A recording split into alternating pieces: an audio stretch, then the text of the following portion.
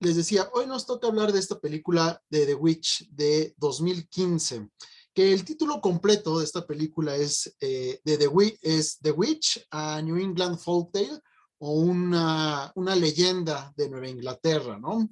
Y eso nos lleva justo al contexto en el cual se desarrolla esta película, se desenvuelve, que es justo Nueva Inglaterra en el siglo XVII. La película como tal no tiene así un carácter, digamos, histórico, de tal forma que nos diga así una fecha específica que podamos localizar o que esté basada puntual o específicamente en algún suceso o acontecimiento histórico.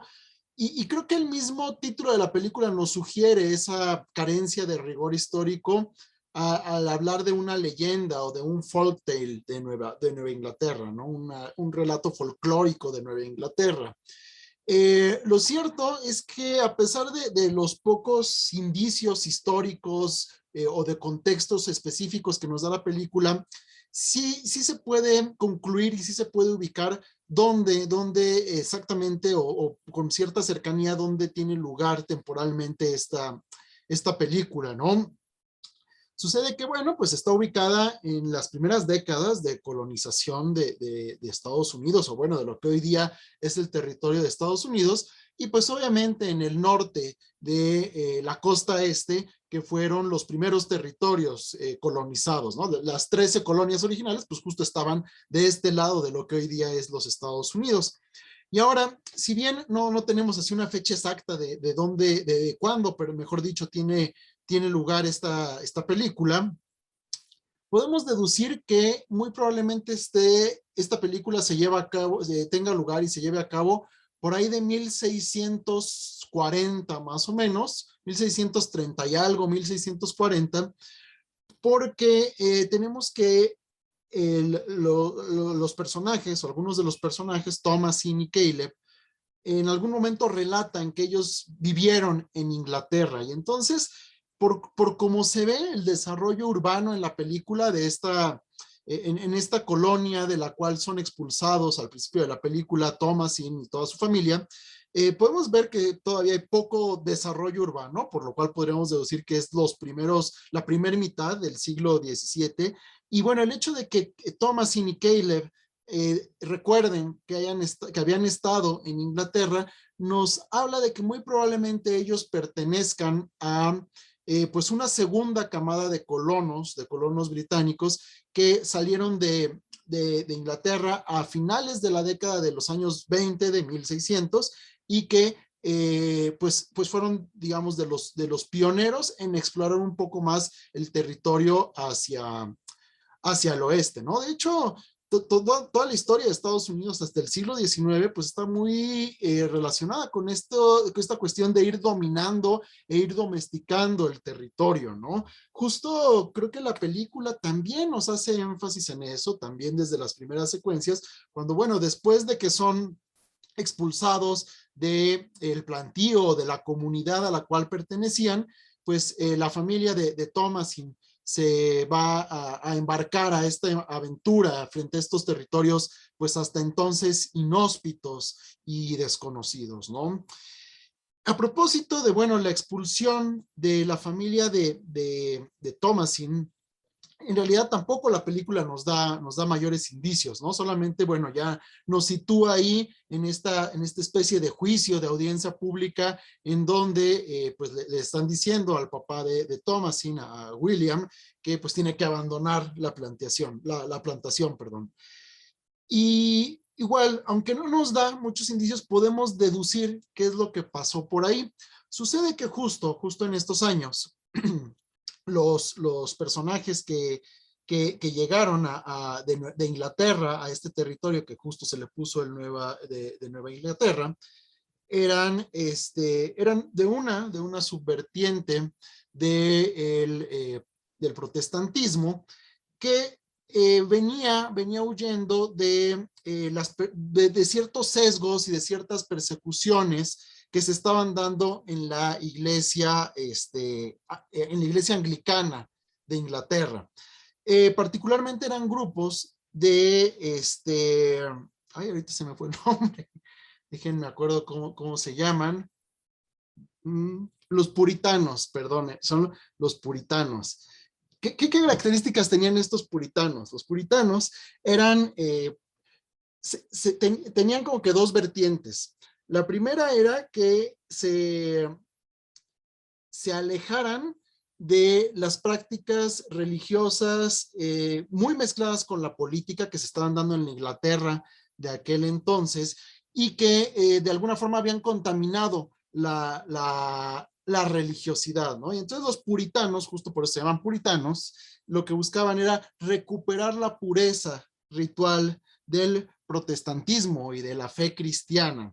Lo que sucedía en relación con los puritanos que llegaron a Nueva Inglaterra es que había unos que eran pues mucho más radicales, mucho más conservadores, mucho más extremistas, como los de la familia de Thomasin, que no solamente huyeron en esta persecución política, religiosa de la Inglaterra de finales del siglo, del siglo XV, perdón, del siglo XVI, principios del siglo XVII, sino que además tenían esta convicción de que esa nueva tierra a la cual iban a llegar, pues era como la nueva tierra prometida, era algo así como la nueva Jerusalén, ¿no? Podemos deducir que el conflicto por el cual expulsaron a la familia de Thomasin del plantío es porque justo el papá de Thomasin cuestionaba, por ejemplo, el comercio que todavía se sostenía en aquel entonces con Inglaterra y que por ende, pues el papá de Thomasin tuviera por ahí un posicionamiento político que resultara peligroso para los intereses de la otra vertiente de la comunidad puritana que sí pretendía todavía mantener un lazo, un comercio, no, o bueno, una conexión no solo comercial, sino también política con Inglaterra, ¿no? De algún modo podríamos decir que la rama puritana a la cual pertenecía el papá de Thomasin es una antesala todavía remota, todavía temprana, de quiénes serán pues los colonos que van a buscar su plena y total independencia, ¿no? Entonces, les digo, podemos asumir que ese fue el motivo de la expulsión de la familia de Thomasin, una diferencia de credo, bueno, no de credo, sino una diferencia más bien de entender las creencias, donde pues todavía eran más radicales esta vertiente de los puritanos a la cual pertenecía la familia de Thomasin, eran muy mochos, muy fanáticos, como se puede ver a lo largo de toda la película. Y fue por eso probablemente, muy probablemente que los hayan expulsado. ¿Por qué? Porque obviamente esa vertiente mucho más radical pues resultaba peligrosa para los intereses de ciertas personas, ciertas autoridades de la comunidad que pues se veían beneficiadas todavía en tener un nexo, una conexión política y económica con Inglaterra, ¿no? Entonces, bueno, vemos que son expulsadas la familia de Thomasin y que llegan a este territorio, como les decía, pues todavía salvaje, todavía inhóspito, perdón, y pues ahí se asientan esta familia. Y pues bueno, podemos pensar que todo el siglo XVII en los Estados Unidos o la historia temprana de los Estados Unidos más o menos tiene este tipo de ejercicios y tiene estas dinámicas de ir ganando territorio, ¿no? Pensemos que la colonización en Estados Unidos pues fue verdaderamente distinta a la colonización pues de nuestro territorio, ¿no? De lo que hoy día es el territorio mexicano, porque no había los grandes asentamientos civilizatorios, los grandes asentamientos urbanos que por una parte sirvieran ya como de base, de referente, de fundamento de la cultura emergente de colonizadores y que de alguna manera también sirviera para garantizar su propia existencia, ¿no? Justo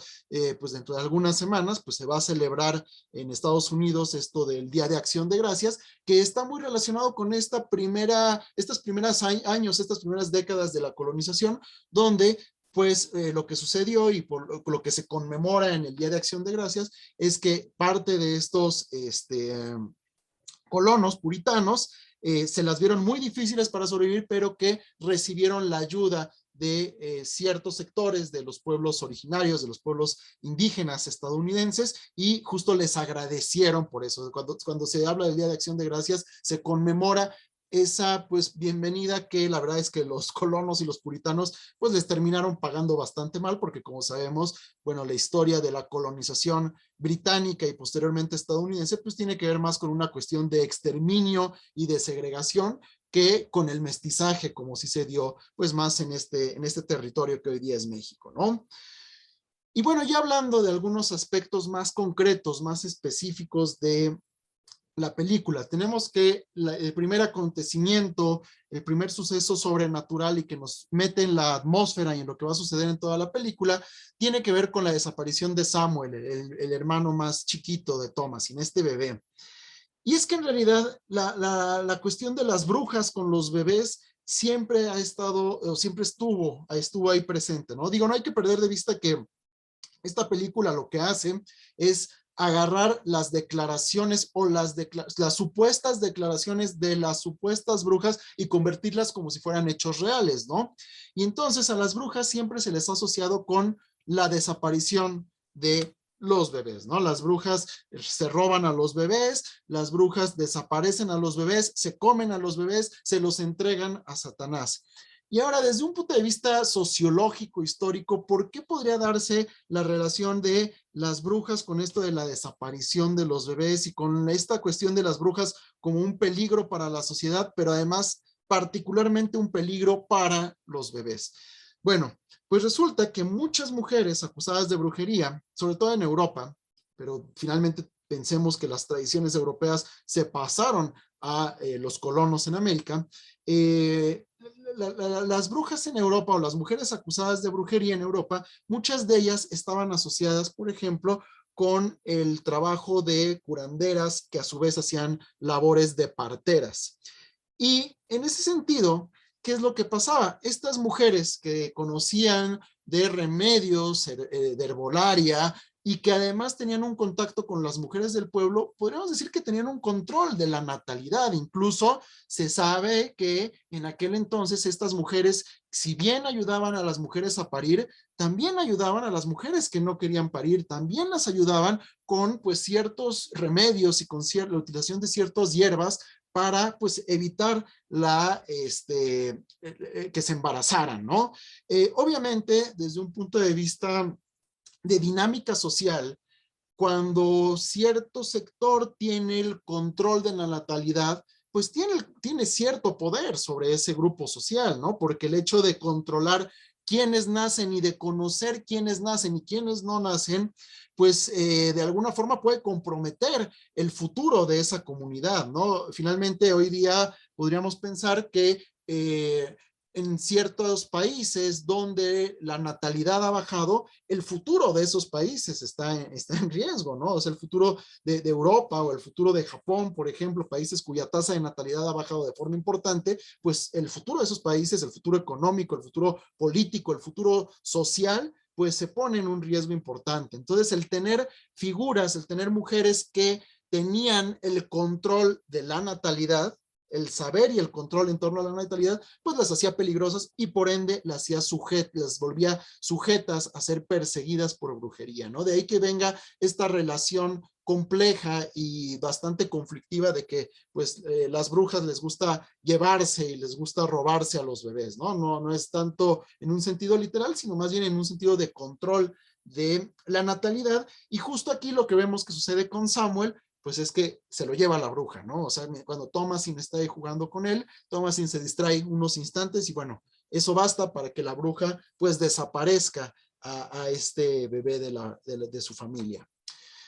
Otro componente que tenemos aquí es la presencia y la personificación de una serie de animales a lo largo de la película. Tenemos que constantemente aparece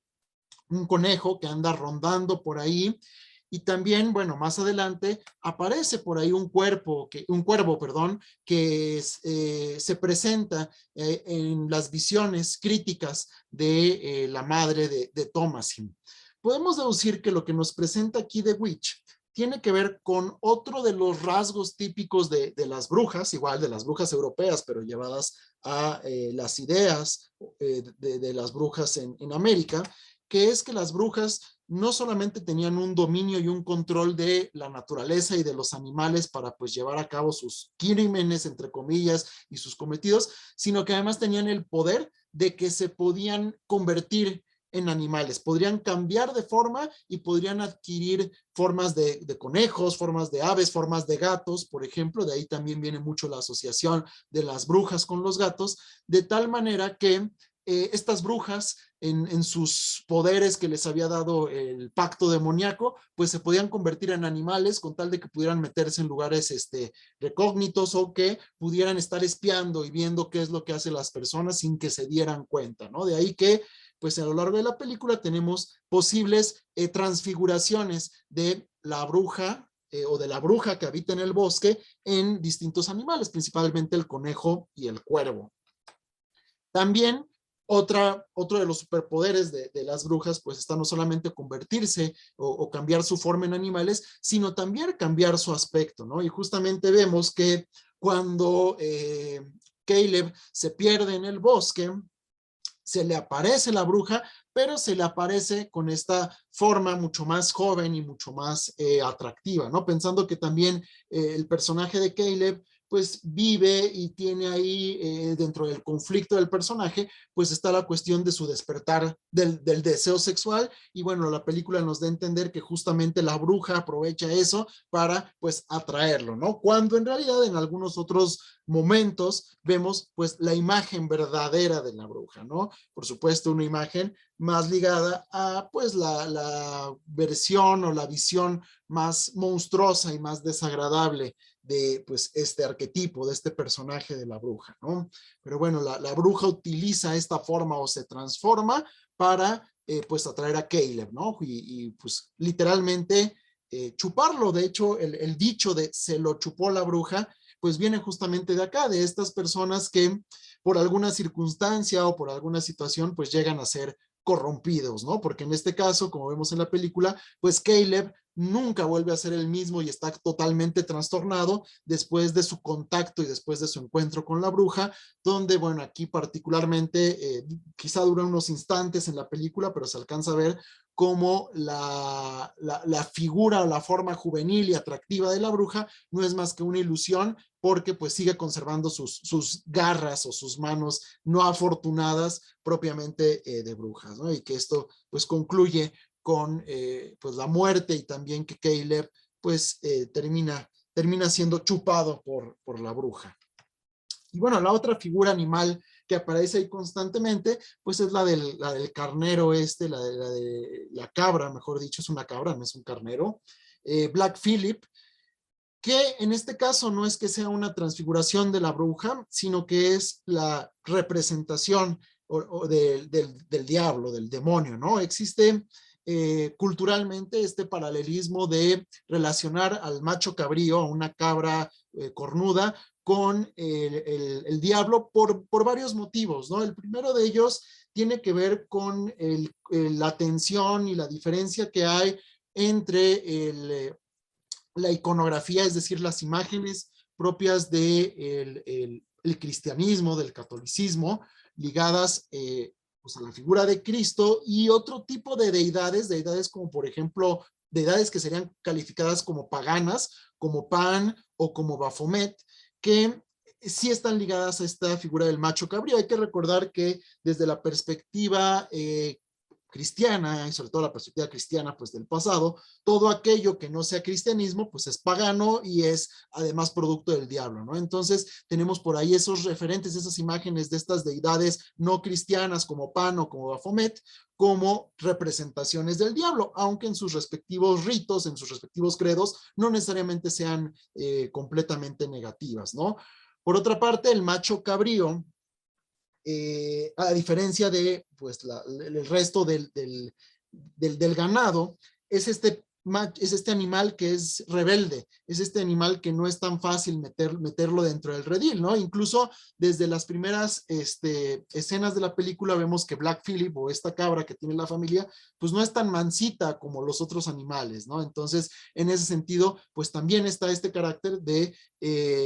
el diablo relacionado con esta rebeldía de ponerse en contra de la autoridad, en contra de la autoridad divina, y también, por supuesto, contrastándola con la imagen, pues, del Cordero de Dios, del manso Cordero de Dios, en contra de este macho cabrío, ¿no? Entonces, pues de ahí que la representación del diablo a través de la figura de Black Phillip, pues sea algo que aparece ahí en la película, y que, bueno, también mencionar, destacar cómo es que Black Phillip,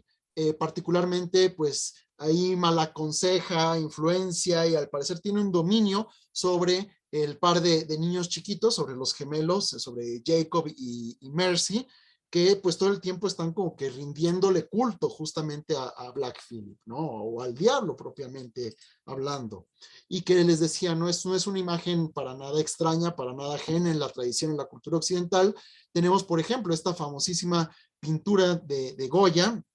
del aquelarre, donde justamente pues tenemos estos elementos de los que les he estado hablando el día de hoy, ¿no? Tenemos la adoración al macho cabrío, la adoración a Satanás representado a través de la figura del macho cabrío, de esta cabra cornuda, y vemos que le están dando en sacrificio a niños chiquitos, ¿no? A propósito de lo que les comentaba, pues hace un momento, ¿no? De hecho, incluso, por ejemplo, en vasco, que es de donde viene la palabra aquelarre, áquer tiene que ver con el macho cabrío. Áquer es esta cabra, este macho cabrío, y entonces aquelarre, el lugar del áquer, es donde las personas se reúnen en torno a esta figura, ¿no? Entonces es muy latente, muy presente en toda la tradición, pues, europea, occidental, este vínculo que existe entre la cabra, el macho cabrío, y la representación o la transfiguración, en este caso, del diablo a través de esta figura animal. Y bueno, hablando un poco más acerca de Thomasin y retomando pues ciertos conceptos, ciertas ideas que veíamos en algunas otras sesiones, pues tenemos aquí que Thomasin es un personaje, por supuesto que se trata de un personaje redondo. Es un personaje redondo porque vemos que a lo largo de la película, a diferencia de quizá los otros personajes que son un tanto más planos, tiene un desarrollo muy importante, ¿no? En las primeras escenas la tenemos como esta chica completamente creyente, completamente fiel a su devoción y también fiel a los principios de su familia, pero poco a poco se va revelando su carácter un tanto más rebelde y su resistencia y posteriormente su oposición frente a sus circunstancias, ¿no? Comienza a ser cada vez más y más y más y más y más desobediente, al grado de que, bueno, pues llega a esta escena, por ejemplo, donde termina apuñalando y matando a su madre, quizá más en un acto de defensa propia, dado que la madre estaba convencida de que Thomasin era una bruja y que todas sus calamidades habían sido producto de ella, cuando en realidad pues no es así. Pero vemos que poco a poco Thomasin va cambiando, va transformándose y va independizándose y va reafirmando más su propia persona hasta que la vemos en plenitud. Creo que el único momento donde la vemos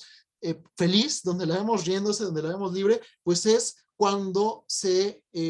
une a la aquelarre de las brujas, ¿no? Y bueno, les decía, vamos viendo cómo se va separando de los distintos rubros, de las distintas instituciones que la tienen restringida, ¿no? En un primer momento, bueno, es alejada junto con toda su familia de la institución o del orden social, ¿no? A la hora que son relegados al bosque. Posteriormente, bueno, vemos cómo muestra cierta resistencia a las prácticas familiares, ¿no? Mientras que el resto de los miembros de la familia parece que no les molesta el trabajo y el rol que tienen dentro de las tareas familiares, Thomasin como que no se muestra a gusto, ¿no? Y bueno, ya en unos últimos términos, Thomasin se aleja, se libera de su familia, que finalmente era restrictiva para ella, y bueno, finalmente cuando firma con su pacto de sangre con el diablo, pues se libera finalmente de su fe, de su credo, de su religión, pero a la hora que se libera de todos esos dogmas, de todos esos fundamentos, paralelamente obtiene pues su libertad y su felicidad, ¿no? Y justamente a esa culminación es donde quiero llevar las reflexiones más puntuales, más precisas de esta película, en consideración de que quizá esta película, sin ser demasiado explícita, demasiado literal, va corriendo muy en paralelo con la situación política y con el planteamiento político actual a través del cual, o a través del feminismo, a través del feminismo actual, que está operando como un libertador de pues ciertas mujeres, ¿no? Y bueno, para ser un poquito más preciso respecto a eso,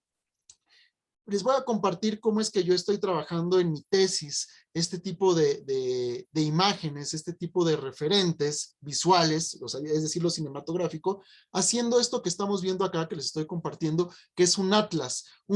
como una colección de imágenes que trazan un mapa, de ahí viene la relación con los atlas de geografía, trazan un mapa de la situación con tal de identificar ciertos gestos, ciertos rasgos, ciertas problemáticas. Y entonces aquí les estoy compartiendo un atlas que yo realicé, donde concateno, donde yuxtapongo una serie de imágenes alrededor de lo que sucede en la última secuencia de The Witch, con tal de ver qué vínculos pudiera haber entre esta última secuencia de The Witch y una serie de interpretaciones o una serie de posibilidades de pues las muy inminentes luchas feministas o interpretaciones o reinterpretaciones feministas que se han presentado en los fenómenos sociales, culturales, políticos, pues quizá en la última década, ¿no? O sea, a veces pareciera que este impacto y esta trascendencia que han obtenido y esta visibilidad que han obtenido las luchas feministas en los últimos años pareciera que lleva mucho,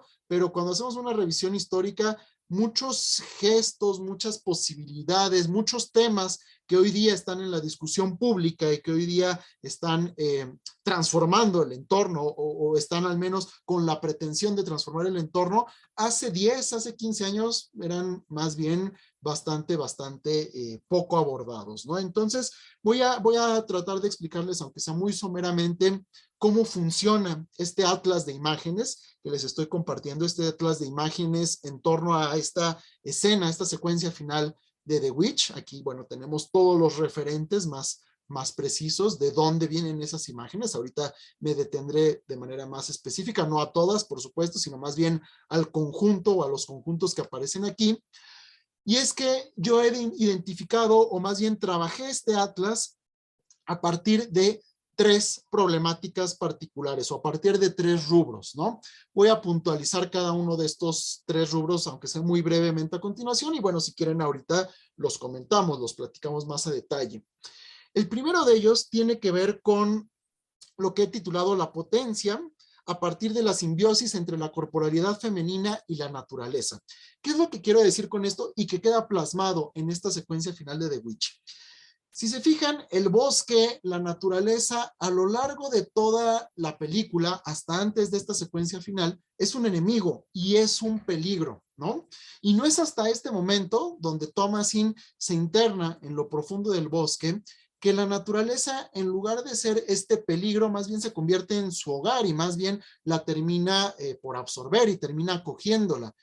Esta cuestión, este gesto del vínculo de lo femenino, de la feminidad con la naturaleza, está presente desde mucho tiempo y desde muchas manifestaciones culturales, incluso desde muy distintos contextos y de muy distintas lecturas, ¿no? Por una parte está el aspecto negativo del vínculo de Eva, por ejemplo, con el pecado original y su vínculo ahí con la naturaleza y con la animalidad de la serpiente. Por una parte está ese gesto de la corporalidad femenina vinculado de forma negativa con la naturaleza, pero por otra parte también tenemos esta otra posibilidad de vínculo de lo femenino con la naturaleza, pero en aras incluso de una posibilidad de que la naturaleza y el entendimiento de la naturaleza hacia la feminidad y de la feminidad hacia la naturaleza es una cuestión que brinda pues cierto control, cierto poder y cierto equilibrio al cual bajo esta lectura, si bien un tanto simplista y quizá dicotómica de hombres no naturales, mujeres y naturales, pero que brinda cierta posibilidad ahí de control y de poder a las mujeres a través de su contacto y su vínculo con la naturaleza, y que quizá, por ejemplo, se haya manifestado todavía de forma más clara a través de esta vertiente del feminismo, que es el ecofeminismo, ¿no? Donde justamente se hace un paralelismo entre la explotación que se ha hecho históricamente de la naturaleza y la explotación que se ha hecho históricamente de las mujeres, ¿no? Y cómo puede haber una reacción y cómo puede haber una respuesta paralelamente desde las mujeres y desde la ecología en contra de estas injusticias. El siguiente rubro que quisiera abordar y que está presente en esta última escena de The Witch es justo la cuestión de la danza en torno al fuego como una expresión de sororidad y congregación de otredades, ¿no? Entendiendo otredades como estas personas o como estos grupos de personas que representan algo distinto a lo hegemónico, ¿no? La típica imagen de los, entre comillas, aborígenes o de los caníbales en torno al fuego o tiene que ver con esta mirada de esos otros que no son nosotros, esos otros que no son la hegemonía, pero al mismo tiempo está ligada con los rituales paganos, por ejemplo, pero también tenemos en esta nueva lectura o en esta posible lectura feminista de este gesto de la danza alrededor del fuego, como un acto de resistencia, como un acto donde aquellas personas, aquellas subjetividades que han sido alejadas y que han sido de alguna manera explotadas, maltratadas o segregadas del sistema, se encuentran en torno al fuego, se encuentran bailando en torno al fuego y justo en esta danza en torno al fuego, pues no solamente hay esta cuestión de congregación, sino también de hermandad, de sororidad. Es como se cierra el pacto, ¿no? El pacto en defensa de pues las distintas otredades que pudieran estar sometiéndolas de alguna u otra manera, ¿no? Y bueno, finalmente, en esta última secuencia, en esta escena final de The Witch, en este atlas, abordo la cuestión de la elevación por los aires, las brujas que vuelan, como un acto subversivo que se manifiesta triunfante y en contra de la verticalidad, gesto del orden preestablecido, ¿no? Es decir, una expresión típica de traducir las jerarquías es mediante una verticalidad donde unos están arriba y donde otros están abajo. Y bueno, quizá el acto de las brujas volando, ¿sí? Las brujas pero volando, perdón, tenga que ver con esto de romper con esta verticalidad y de paso romper con el orden preestablecido, ¿no? Este gesto de las figuras que se elevan tiene mucho que ver, o considero que tiene mucho que ver con un trastocar el orden preestablecido y de romper con las jerarquías, ¿no? De ahí que en las distintas consignas del feminismo, en las consignas muy recientes del feminismo, se hable de la caída del patriarcado, ¿no? El patriarcado que está arriba y que cae. O bajo esta lectura que yo estoy haciendo, bueno, las mujeres y las mujeres brujas que se elevan, que trastocan esta verticalidad, que no están por debajo de, sino todo lo contrario, se ponen por encima de todo lo que está a su alrededor, se ponen por encima de las circunstancias e incluso podríamos hacer la lectura de acuerdo con lo que estoy planteando aquí, de que se posicionan por encima, no solamente es una elevación, se posicionan por encima del patriarcado, no es solamente una elevación física, una ruptura de las leyes físicas, sino también una ruptura de las leyes estructurales que pues las tienen sobajadas o las tienen sometidas bajo una estructura y unas leyes normativas que las colocan de forma desfavorable, ¿no? Entonces, quería compartirles esta forma en la que he desmenuzado y vinculado justamente esta secuencia final de The Witch, que creo que es el momento clave, el momento apoteótico de la película, para, pues bueno, darle o tratarle de dar esta aproximación y esta lectura feminista, que no es tan evidente, pero que pudiera dársele a esta película en particular.